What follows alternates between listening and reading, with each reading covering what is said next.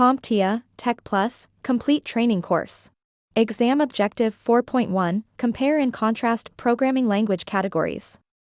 Interpreted languages. This video segment will focus on another subset of high-level programming languages called interpreted languages. But to begin understanding what an interpreted language is, you first need a definition for an interpreter. An interpreter is a real-time translator for computer programs. It takes the human-written instructions you give in a high-level programming language and turns them into machine code. This is very similar to the compiler we discussed in the previous video segment, with one clear difference. The interpreter translates and executes the program, line by line, in real time.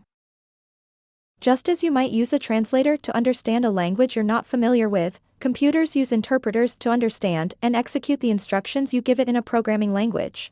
Unlike compilers, which translate the entire program up front, interpreters work line by line, converting your human-readable code into machine instructions as it goes. Now, here's an important aspect of interpreted languages: they are cross-platform. But what does that mean? Well, an interpreted program is more flexible in terms of platform. This means that the same program can run on different types of computers without needing to be rewritten or recompiled. Interpreters adapt the code on the fly to match the computer's specific architecture, making it easier to create software that works on various platforms. As a downside, since the program has to be translated to machine code line by line at runtime, it will execute or run a bit slower.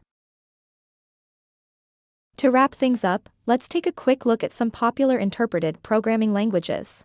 We have PHP, Perl, Python, Ruby, and JavaScript, which should never be confused with Java.